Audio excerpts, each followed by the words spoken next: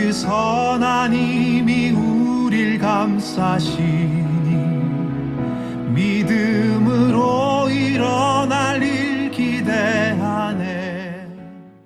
새해를 맞아 하나님의 부르심에 순종으로 응답하기를 소망하는 사랑하는 우리 성도님들과 우리 가정들 위해, 또 우리 생명나무 모든 공동체 가정들 위해 주님께서 주시는 크신 은혜와 평강이 함께 하시기를 주님의 이름으로 축원합니다. 신년 복음성의 오늘 6번째 마지막 날입니다. 오늘은요, 우리가 소망하고 계획하고 이루기를 원하는 모든 일들은 하나님의 은혜로부터 시작하고 하나님의 은혜로 모든 것이 결론 내어진다라고 하는 이런 주제를 가지고 하나님의 은혜로부터라는 제목으로 우리가 말씀을 나누고자 합니다. 오늘 우리에게 주신 하나님의 말씀은요, 신약성경 에베소서 2장 4절에서 10절 말씀입니다. 긍휼이 풍성하신 하나님이 우리를 사랑하신 그 큰 사랑을 인하여 허물로 죽은 우리를 그리스도와 함께 살리셨고 너희는 은혜로 구원을 받은 것이라. 또 함께 일으키사 그리스도 예수 안에서 함께 하늘에 앉히시니 이는 그리스도 예수 안에서 우리에게 자비하심으로써 그 은혜의 지극히 풍성함을 오늘 여러 세대에 나타내려 하심이라. 너희는 그 은혜를 의하여 믿음으로 말미암아 구원을 받았으니 이것은 너희에게서 난 것이 아니요 하나님의 선물이라. 행위에서 난 것이 아니니 이는 누구든지 자랑하지 못하게 함이라. 우리는 그가 만드신 바라 그리스도 예수 안에서 선한 일을 위하여 지으심을 받은 자니 이 일은 하나님이 전에 예비하사 우리로 그 가운데 행하게 하려 하심이니라. 아멘. 신년 복음성회를 마무리하는 날입니다. 2023년도 생명나무 교회를 인도하시는 하나님의 부르심에 응답을 하는 성회입니다. 생명나무 교회는요, 은나섬, 곧 은혜를 나누고 섬기는 신앙 고백으로 세워지고 만들어져 갑니다. 그것이 주님의 부르심이며 또한 그 부르심에 응답하는 교회이며 우리 성도님들입니다. 하나님의 부르심에 주님의 놀라운 섭리 가운데 있습니다.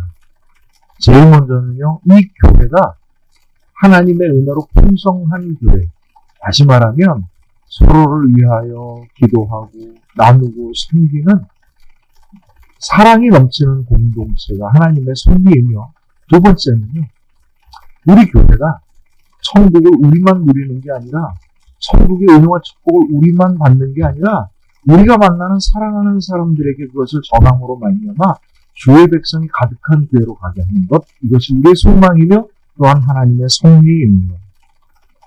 그래서 우리는 새로운 신년의 계획을 세우면서 구역과 바나바 사역을 통해서 교회 공동체를 꿈꾸고 브릭스가 아골라 사역을 통해서 은나섬으로 선교하는 교회를 우리가 소망하고 준비하고 있는 가운데 있습니다.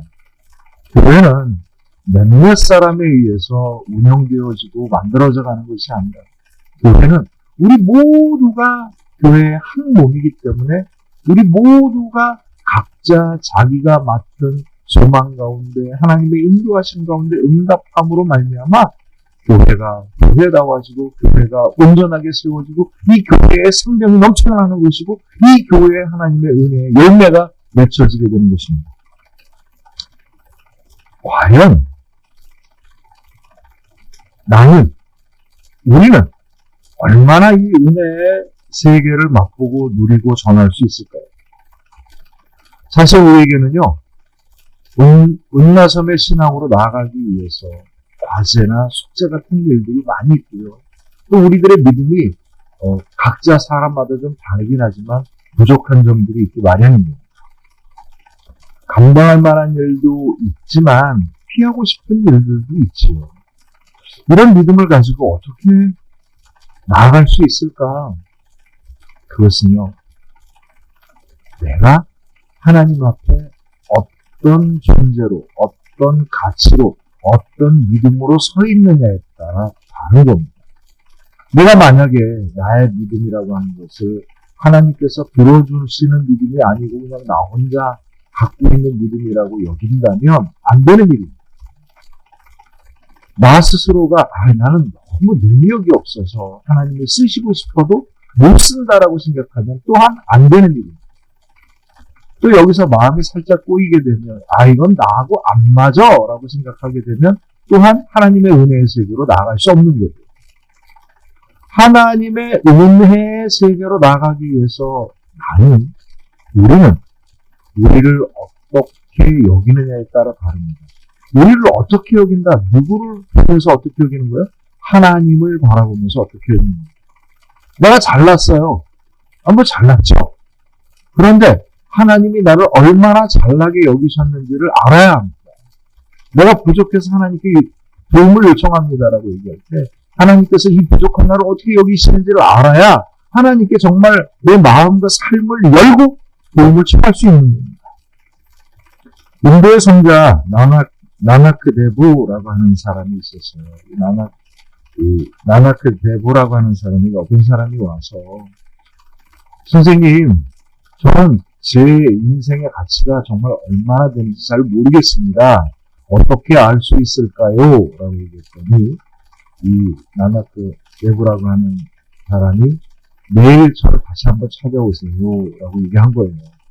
그리고 그가 왔었을 때 반짝반짝 빛나는 보석 하나를 주면서 이 보석을 가지고 시장 여러 군데를 다니면서 모든 장사꾼들한테 이 보석의 가치를 물어보십시오. 근데 절대 팔지 말고 나에게 갖고 오셔야 합니다. 이렇게 얘기한 거예요. 이 사람이 선생이 가르치는 대로 시장을 갔어요. 과일 장수한테 그 반짝거리는 보석을 보여줬더니 과일 장수가 딱 보더니 이게 뭐 진짜인지 가짜인지 알게 뭐예요. 뭐 오렌지 두 알이나 줄 수 있을까요? 뭐 이렇게 얘기하는 거예요. 감자가게에 갔더니 감자가게 주인이 뭐 똑같은 마음이죠. 뭐 감자 한 4개쯤 줄까요? 뭐 괜찮은데? 이렇게 합니다. 보석 가게를 갔더니 이거 비싼 건데? 라고 얘기하면서 500냥을 쳐주겠다. 다음번을 갔더니 뭐 1000냥을 쳐주겠다. 보석 가게 들릴 때마다 가격이 달라지는데 뭐 10,000냥까지 갔다가 가장 유명하고 가장 그 훌륭한 보석 가게를 갔더니 이 보석 가게 주인이 거기서 깜짝 놀란 거예요. 이런 보석이 어디서 구했습니까? 이건 정말 찾아볼 수 없는 건데 값으로 따지자면 굳이 따지자. 이건 부르는 게 값이다. 만약에 팔려거든 꼭 저에게 파십시오. 이렇게 얘기한 거예요. 그래서 이 놀라운 일들을 겪고 난 사람이 그 선생한테 와가지고 선생님 제가 겪었던 일이 이러이러하더이다 라고 얘기했더니 그 선생님이 하는 얘기가 사람의 가치는요 과일 장수의 눈으로 봤었을 때는 오렌지 2알밖에 안 될 수도 있고 감자 장수 입장에서 봤을 땐 감자 4명일 수도 있고 또 보석을 알아보는 사람에 따라 다르지만 500냥일 수도 있고 10,000냥일 수도 있고 값으로 매길 수 없는 정말 고귀한 것일 수도 있습니다. 당신이라고 하는 한 사람의 가치는 그 가치를 알아볼 때만이 진정한 가치의 값이 매겨지는 겁니다. 이렇게 얘기합니다. 우리 신앙인들의 가치는 얼마일까요? 여러분 정답을 알고 계시나요? 하나님은 나를 천하보다도 귀하게 여기십니다. 말할 수 없는 가치를 갖고 있어요. 근데 세상 사람은 나를 그렇게 여기나요? 사람마다 다르죠? 지나가는 사람이 봤을 땐 별 볼 일 없는 스치는 사람일 뿐이고 나하고 다툼을 일으키는 사람이 있었을 때는 짜증나는 사람일 것이고 내가 나에게 빚을 준 사람이 있다면 빚쟁이일 뿐인 겁니다. 누가 나를 어떻게 만나느냐에 따라 내 가치가 달라지는 건데 중요한 건 진정한 자신의 가치를 만들어가고 만나가야 한다는 거예요. 우리 진정한 가치는요. 나를 천하보다도 귀하게 여기시는 하나님을 온전히 만날 때 나의 진정한 가치가 만들어지는 겁니다. 그리고 나를 만드시고 나의 부족한 모든 것을 채워주시는 하나님이 나와 동행하게 되어질 때 나는 비로소 나라는 사람의 진정한 가치를 만들어갈 수 있는 거죠. 그래서 하나님은요, 우리 삶의 보증입니다. 하나님은 우리 삶의 후원자이며, 하나님은 우리의 소망이며, 하나님은 우리의 능력입니다. 어떤 사람이 은행에 가서 대출을 받으러 갔어요. 그랬더니 대출받을 부동산이 있습니까? 그랬더니 부동산은 없습니다. 그럼 대출을 보증해줄 보증인이 있나요? 보증인도 없어요. 그러면 대출이 곤란한데요. 그랬더니 이 사람이 믿음이 충실한 사람이라 하나님을 보증인으로 세우면 안 될까요? 딱 그런 거예요. 은행 직원이 그러십시오. 하나님을 보증인으로 세우십시오. 됐다! 라고 생각했더니 이 은행 직원이 뭐라고 얘기한 줄 아세요? 하나님 인감증명서하고 하나님 재산세 납세 증명서를 끼우십시오. 이렇게 얘기합니다. 세상은 하나님을 서류로 세상은 사람이나 모든 것을 서류로 만납니다. 눈으로 확인할 수 있는 걸로 만나잖아요. 그런데 우리는 하나님을 어떻게 만납니까? 우리 하나님이 보증인이고, 하나님이 우리의 후원자이고, 우리의 소망이고, 우리의 능력이고, 어떻게 만나요? 믿음으로 만납니다. 믿음으로 만나는 거예요. 내가 하나님을 만나서 주님의 은혜로부터 시작해서 주님의 은혜로 열매 맺는 삶으로 내 믿음과 삶을 열어놓을 때만이 우리는 하나님을 만날 수 있고 나라는 사람의 진정한 가치를 만들어갈 수 있는 겁니다.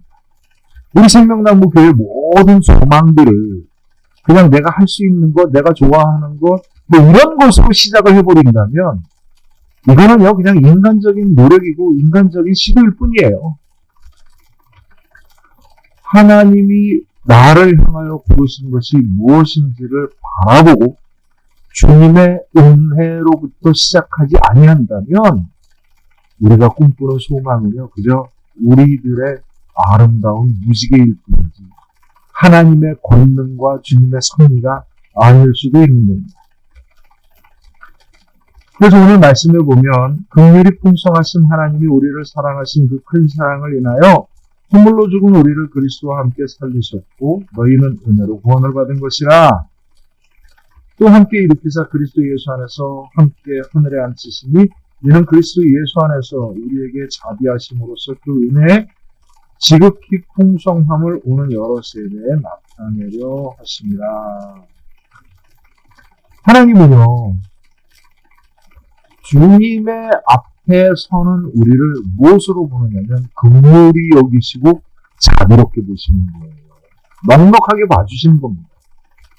우리가 어떤 자격과 조건을 갖추고 있어서 우리들의 능력이나 갖고 있는 것이 대단해서 우리를 통하여서 어떤 일을 계획하시는 게 아니에요.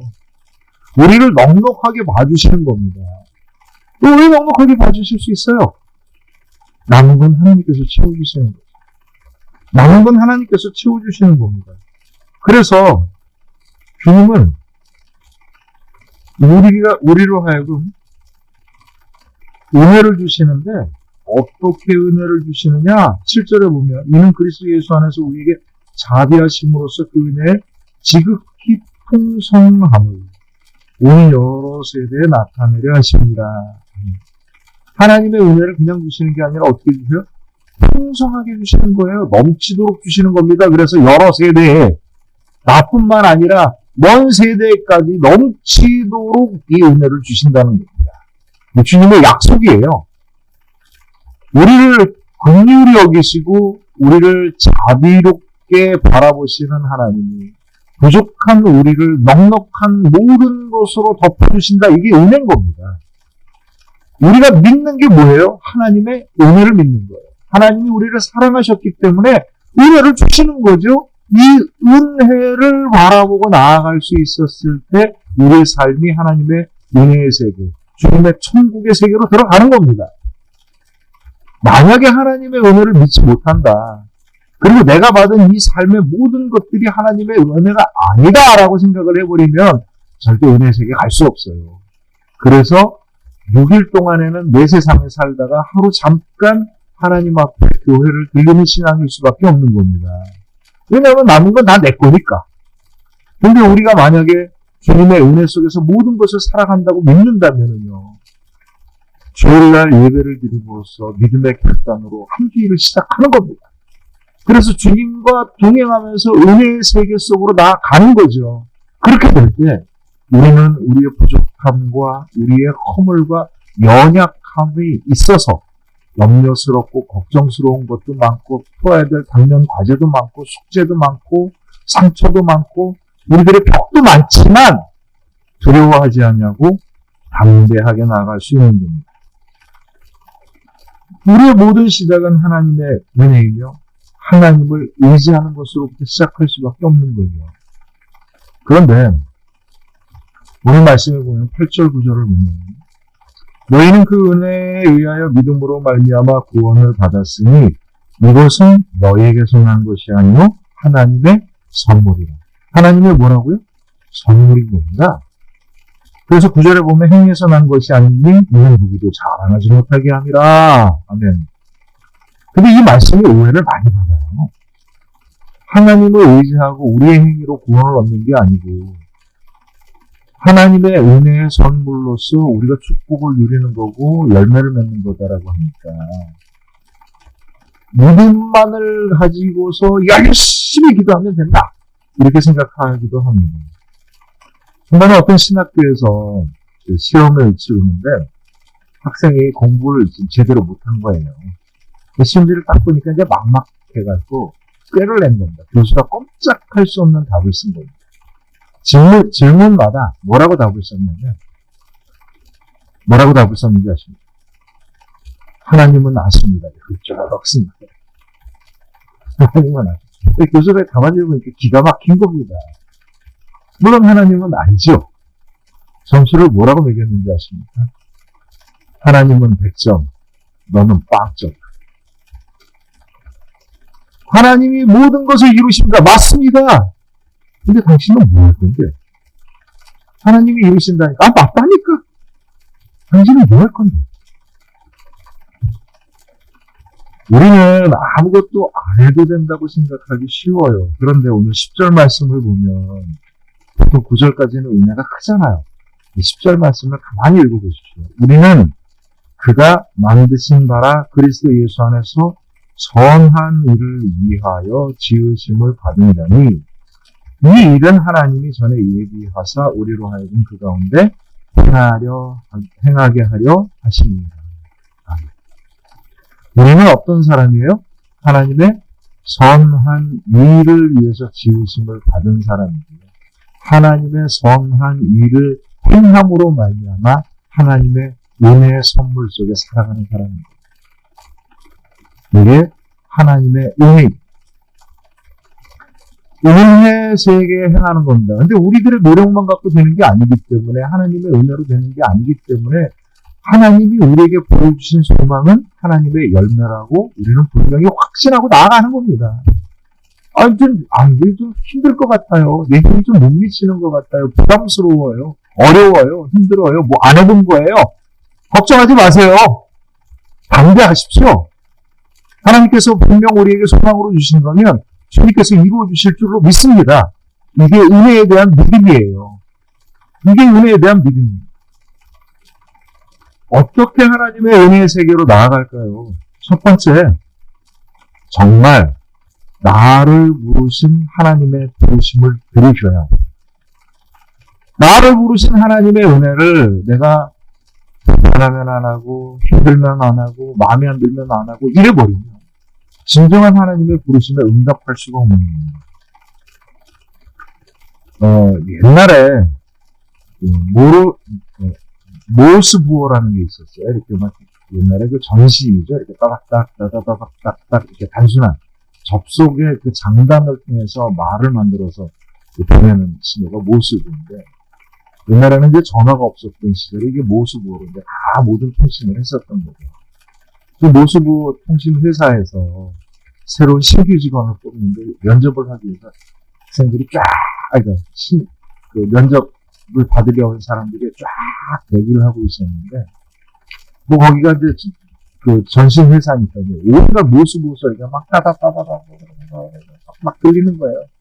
한참을 기다려도 거기서 면접을 부르는 사람이 없는 겁니다. 한참 뭐 그냥 시끄러운 모습 속에서 있는데 어떤 응시한 사람 중에 한 사람이 갑자기 벌떡 일어나더니 사무실 문을 덜컥 열고 들어간 거예요. 그리고 조금 있다 기다리니까 이 전신회사 사장이 이 사람을 딱 데리고 나와서 오늘 채용과 면접은 다 끝났습니다. 이 사람이 우리 직원이 됩니다. 그랬더니 다들 황당하죠. 면접하러 왔는데 아무도 부른 사람도 없는데 한 사람이 벌떡 일어나더라고 끝났으니까 얼마나 황당하겠어요. 물어본 겁니다. 아니 어떻게 그럴 수가 있습니까? 우리 여태까지 다 기다리고 있었는데 우리가 어떤 사람인지 한 번도 못 봤잖아요. 직접 볼 필요 없어요. 여러분들에게 들렸던 무수한 모수부호 중에서 내가 끊임없이 신호를 보냈어요. 따다다다다다. 그 내용이 뭐냐면 이 소리를 알아듣는 사람은 사무실로 들어오십시오. 사무실로 들어오시면 당신을 채용할 겁니다. 이렇게 모습을 깨는 겁니다. 앉아있는 사람들은 다 뭐로 들은 거예요? 소음으로 들은 겁니다. 진정한 소리를 들을 수 있는 사람만이 진정한 믿음의 세계, 은혜의 세계로 나아갈 수 있는 겁니다. 하나님께서 우리를 부르시는 소리를 내가 들어야 돼요. 남의 이야기로 듣지 말고요. 남들이 뭐라고 이야기를 하든 간에 하나님이 나를 부르시는 똑똑똑똑 두드리면서 장승아 너 있잖아. 나는 너를 이렇게 꿈꾼단다. 나는 너를 이렇게 소중하게 여긴단다. 지금 이 속에서 이 소망을 가지고 이렇게 나가라. 이게 하나님의 부르심입니다. 저는 이 부르심 안에 모든 것들이 들어있다고 생각을 합니다. 그건 당연하죠. 하나님의 부르심은 하나님의 계획이에요. 하나님의 계획은 곧 뭡니까? 하나님의 응답입니다. 그때 열심히 하나님이 나를 부르셨는데 혼자 앉아갖고 주십시오 하고 아무리 열심히 기도한들 그게 무슨 소용이 있겠습니까? 믿음은 하나님의 부르심에 응답하는 것이고 주님과 동행하는 삶입니다. 하나님의 계획 아래 내가 안으로 들어갈 수 있어야 내가 그 은혜의 세계 속에 살 수 있는 것이 아니겠습니까? 첫 번째는 하나님의 부르심을 들으십시오. 두 번째는 하나님의 부르심이 곧 은혜의 축복과 시작임을 믿고 나아가는 겁니다. 하나님이 우리를 부르셨어요. 이쪽으로 와라. 나와 함께 가자. 예수님이 제자들을 부르실 때 어떻게 합니까? 갈릴리 호숫가에서 그물을 던지던 제자들에게 뭐라고 얘기하셔요? 나를 따라오너라. 내가 너로 사람 낚는 어부가 되게 하여 주겠다. 어부가 되게 하리라. 세관에 앉아있는 마태에게 예수님이 뭐라고 얘기했습니까? 나를 따라오너라. 유다 청년에게 뭐라고 얘기합니까? 네 재산 다 버리고 나를 따라오너라. 장래 때문에 걱정하는 사람에게 얘기합니다. 뭐라고 얘기합니까? 죽은 자는 죽은 자에게 놔두고 너는 나를 따라오너라. 주님이 우리에게 하시는 부르심은요 하나예요. 나를 따라오너라. 나를 따라오너라. 내가 부르는 곳에 내가 너와 함께 하겠노라. 이게 주님의 부르심입니다. 즉 주님의 부르심에 응답하는 것이 우리들의 신앙인 거고요. 그 응답은요 곧 주님과 동행하는 것을 뜻하는 것이고 그리고 주님께서 약속하신 바를 소망으로 보여주신 바를 내게 이루시는 것을 뜻하는 겁니다. 첫째는 부르심을 들으십시오. 두 번째는 그 부르심을 믿으십시오. 세 번째는 뭡니까? 기도하십시오. 근데 이 기도는 마음과 말의 기도가 아니라 행함의 기도. 기도는요, 진정한 기도는 내 마음과 내 생각과 삶으로 드리는 기도. 앉아서 하는 기도는 모든 기도의 시작인 거죠. 이렇게 갑니다. 그리고 진짜 기도는 어디서 일어나는 거예요? 우리의 믿음의 소고 속에서 일어납니다. 우리들의 믿음의 소고가 곧 기도가 열매를 맺는 겁니다. 행함으로 응답하십시오. 행해야지만이 응답되어지고 열매 맺는 것 아니겠습니까? 하나님의 은혜의 세계로 우리에게 주신 모든 소망과 생명나무 교회에게 주신 하나님의 부르심에 응답하십시다. 주님께서는 이미 은혜로 이 모든 것을 예비하여 놓으셨고 은혜로 이 모든 것에 열매 맺기를 소망하십니다. 이 세계에 나아가는 길은요, 나를 향한, 우리 교회를 향한 주님의 부르심에 아멘, 네, 그렇게 할게요.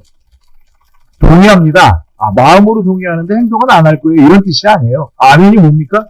네, 그렇게 할게요. 그렇게 할게요. 그렇게 하겠습니다. 주님 가겠습니다. 이런 얘기.